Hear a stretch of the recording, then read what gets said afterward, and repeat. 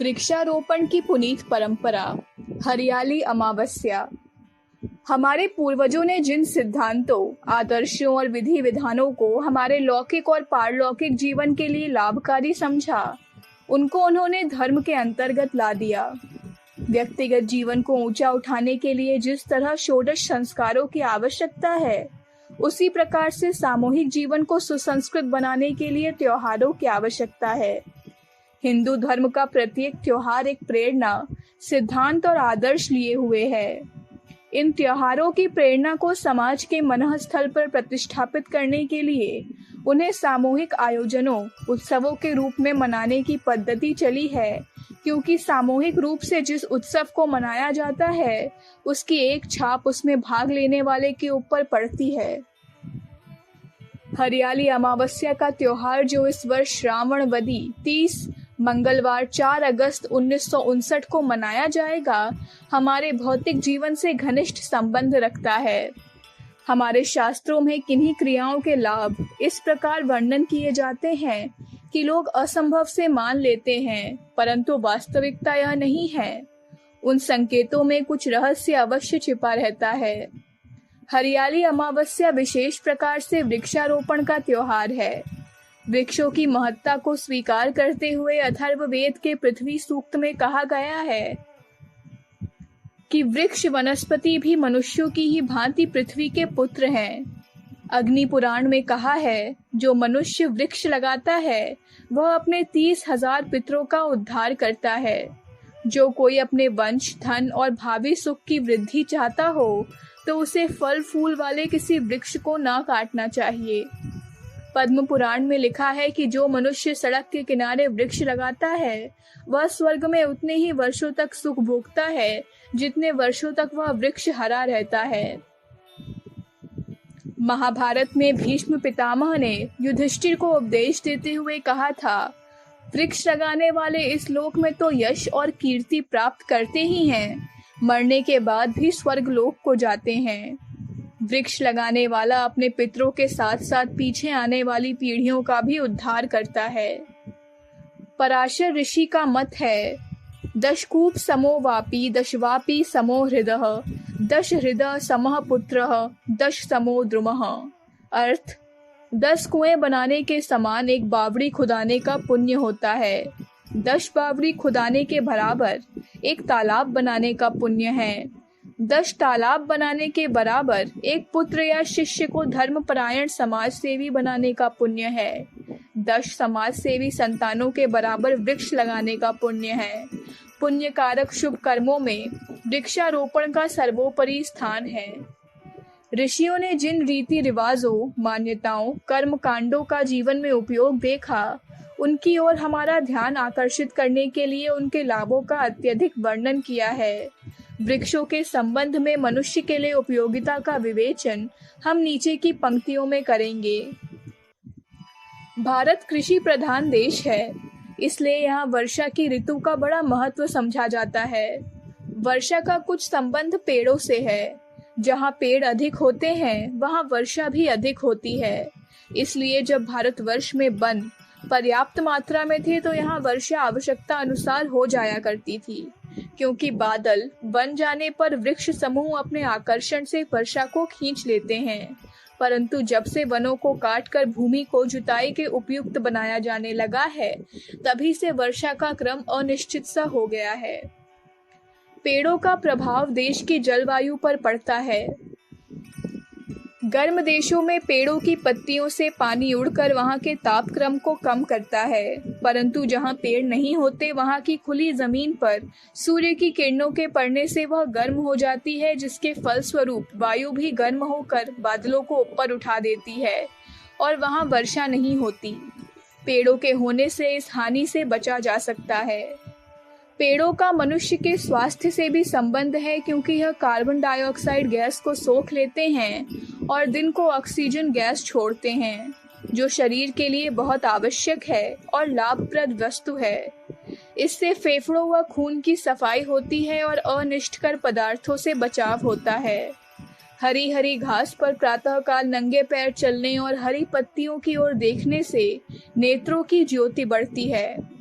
फलों की सुगंधि से मस्तिष्क के अनेकों रोग दूर हो जाते हैं। गुलाब, अर्क और गुड़हल का शरबत उष्णजन्य कई रोगों के काम आते हैं। बहुत से वृक्षों की जड़, छाल, लकड़ी, स्वरस, फूल, फल और पत्तियों से रामबाण औषधियां बनती हैं, जो रोग निवारण के लिए बहुत उपयोगी सिद्ध होती हैं। पेड़ों की जड़ों में कुछ ऐसा प्रभाव होता है कि वह भूमि को कटने से बचा लेते हैं। तालाब और नदियों के किनारों पर पेड़ लगाने का यही प्रयोजन होता है। इनसे नदियों के पानी का बहाव एक सा बना रहता है। भारत में कुछ वर्षों से काफी बाढ़ें आने लगी हैं। कुछ हद तक इसका कारण भी वनों का तेजी से सफाया होना है। वनों के अभाव में हमारे देश की भूमि धीरे धीरे रेगिस्तान बनती जाती है। विशेषज्ञों का कहना है कि राजस्थान का रेगिस्तान उत्तर प्रदेश की ओर बढ़ रहा है। इसके लिए वनों को लगाना आवश्यक है। इसलिए उत्तर प्रदेश में राजस्थान की सीमा पर अब पेड़ लगाए जा रहे हैं। वृक्षों से हमारी ईंधन की आवश्यकता पूर्ति होती है। उनका कोयला और चीरन का बुरादा चूल्हों, भट्टियों और सिगड़ियों में जलाने के काम आता है। इनसे बची हुई राख खेतों की उर्वरा शक्ति को बढ़ाती है। वनों से शीशम, सागवान व देवदारू की लकड़ी प्राप्त होती है, जो फर्नीचर, रेल के डिब्बों आदि के उपयोग में आती है। इसके अतिरिक्त तरह तरह की वस्तुएं, तेल, लाख, गोंद, चंदन की लकड़ी, कत्था, कागज और रस्सियां बनाने के लिए सवाई, भाबर और रबर आदि कितनी ही उपयोगी वस्तुएं वनों से प्राप्त होती हैं। जलाने की लकड़ी के अभाव में किसान लोग गोबर को जलाते हैं, जो उनके लिए ईंधन से कहीं अधिक मूल्यवान है। यदि ईंधन पर्याप्त मात्रा में मिलता रहे तो गोबर को खाद के काम में लेकर देश की पैदावार को बढ़ाया जा सकता है। वनों से किसानों को पशुओं के लिए चारा मिलता है। वह पशुओं के लिए चारागाह के काम आते हैं। भारत के वन विभाग में कुछ भाग चराई के लिए किराए पर उठा दिए जाते हैं। इनसे सरकार को 1948 में 10 करोड़ की आय हुई थी। वृक्षों की सघन छाया की यह विशेषता है कि गर्मी के दिनों में शीतलता, सर्दी के मौसम में तपिश और वर्षा के ऋतु में अनेसार लाभ पहुंचाती है। इनके नीचे साधु संत अपनी धुनी रमाते हैं और मुसाफिर विश्राम करते हैं। पक्षी अपने घोंसले बनाते हैं। पक्षियों का भी मनुष्य जीवन के लिए एक महत्वपूर्ण स्थान है, क्योंकि वह पेड़ पौधों को नष्ट करने वाले कीड़े मकोड़ों को खाकर फसल की रक्षा करते रहते हैं। गिद्ध मरे हुए पशुओं के मांस को खा जाते हैं। यदि पशुओं का मांस सड़ता रहे तो बीमारी पैदा होने का भय रहता है। पेड़ों के अभाव में पक्षियों का भी अभाव हो जाता है। इन्हीं लाभों को देखते हुए भारतीय संस्कृति में वृक्षों को देवता के रूप में माना जाता है और कई की तो पूजा भी की जाती है। पीपल को हिंदू लोग जल चढ़ाते हैं और स्त्रियां धागा बांधती परिक्रमा व अन्य प्रकार से पूजा करती हैं। पीपल की छाया स्वास्थ्य के लिए लाभप्रद है और उसके फूलों में संतानोत्पादन की बड़ी शक्ति है। वैशाख ज्येष्ठ मास में जब फल लगता है तब चिड़िया उस फल को खाकर शीघ्र ही गर्भ धारण कर लेती है। पीपल के फल खाने से बंधिया को भी पुत्र होता है। इसकी छाल तथा दूध दोनों औषधि के काम में आते हैं। इस वृक्ष से सबसे अधिक नाइट्रोजन निकलती है, जो जीवन के लिए सबसे अधिक उपयोगी गैस है। इस गैस के बिना मनुष्य क्षण भर के लिए भी जिंदा नहीं रह सकता। अशोक की छाल बड़ी संकोचक और गर्भाशय के रक्तस्राव को रोकने की विशेष औषधि है। आंवले में अद्भुत रासायनिक शक्ति है। मस्तिष्क के लिए इसका मुरब्बा बहुत उपयोगी है। नीम के रोग निवारक शक्ति तो जगत प्रसिद्ध है। आम तो फलों का सिरमौर है। तुलसी को चिकित्सा जगत में एक आश्चर्यजनक बूटी के रूप में पाया गया है। यह न केवल चिकित्सा की दृष्टि से वरन सूक्ष्म आध्यात्मिक तत्वों के कारण भी मानव जाति के लिए परम कल्याणकारी है। गेंदा से जलन और दाह दूर होते हैं। इसी प्रकार से प्रत्येक वृक्ष में कुछ न कुछ उपयोगिता है। वृक्षों से उपरोक्त लाभों को देखते हुए ही हमारे धर्म शास्त्रों में इसका बहुत पुण्य माना गया है। पेड़ों की आवश्यकताओं को अनुभव करते हुए भारत सरकार ने भी इस ओर ध्यान दिया है। इसी उद्देश्य से श्री के.एम. मुंशी ने वन महोत्सव को विशेष प्रोत्साहन दिया था। यह महोत्सव वर्षा ऋतु में 1 सप्ताह के लिए मनाया जाता है, जिसमें सरकारी कर्मचारी और जनता के व्यक्ति पेड़ लगाते हैं। सरकार ने अधिक वृक्ष लगाने वालों को यह पुरस्कार भी घोषित किए हैं। राजेंद्र शील्ड वन महोत्सव में सबसे अधिक वृक्ष लगाने वाले जिले को दी जाती है। जवाहर शील्ड सबसे अधिक पेड़ लगाने वाले विश्वविद्यालय को। उत्तर प्रदेश सरकार ने इस ओर अधिक ध्यान दिया है। उसके द्वारा इटावा और गोवर्धन जिला मथुरा में एक वन लगाया जा चुका है। आगरा जिले में कई 100 मील लंबा वन बनाने की योजना है। अन्य प्रांतों में भी इस दिशा में काम हो रहा है, परंतु फिर भी सरकार को इस ओर अधिक ध्यान देने की आवश्यकता है, क्योंकि अनुमान है कि भारत में 281 लाख वर्ग मील में वन है।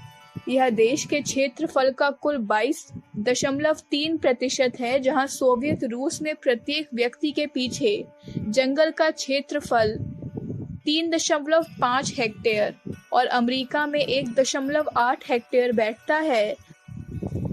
वहां भारत में यह केवल 0.2 हेक्टेयर पड़ता है। हमारे ऋषियों ने वृक्षों की उपयोगिता को बहुत समझकर इसे त्योहार रूप में, सामूहिक रूप में मनाने का आदेश दिया है कि जब वर्षा भली प्रकार आरंभ हो जाए तो उपयोगी वृक्षों को लगाया जाना चाहिए। आज हमारी पूर्व परंपराएं प्रायः समाप्त होती जा रही हैं। उनको हमें फिर से कार्य रूप में लाना है। गायत्री परिवार भारतीय संस्कृति के पुनरुत्थान के महान लक्ष्य को लेकर चल रहा है। उन्हें त्योहारों की महत्ता को पुनः जागृत करना है। गायत्री परिवार शाखाओं को चाहिए कि वह इस दिन सामूहिक रूप से वृक्षारोपण करें। अपने घर में तुलसी के वृक्ष लगाकर अन्य व्यक्तियों को भी इसकी प्रेरणा देनी चाहिए। पीपल, बरगद जैसे बड़े पेड़ लगाकर उनकी रक्षा व पानी डालने के कार्य के लिए सामूहिक रूप से भाग लेना चाहिए। इस अवसर पर सभी शाखाओं में सत्संग हवन होने चाहिए और लोगों को इसके लाभों से जानकारी करानी चाहिए। इस विषय पर प्रवचन भी होने चाहिए। यदि प्रवचन का प्रबंध न हो सके तो इस लेख को ही सुना देना चाहिए। अखंड ज्योति, अगस्त 1959, पृष्ठ संख्या 31, 32, 33।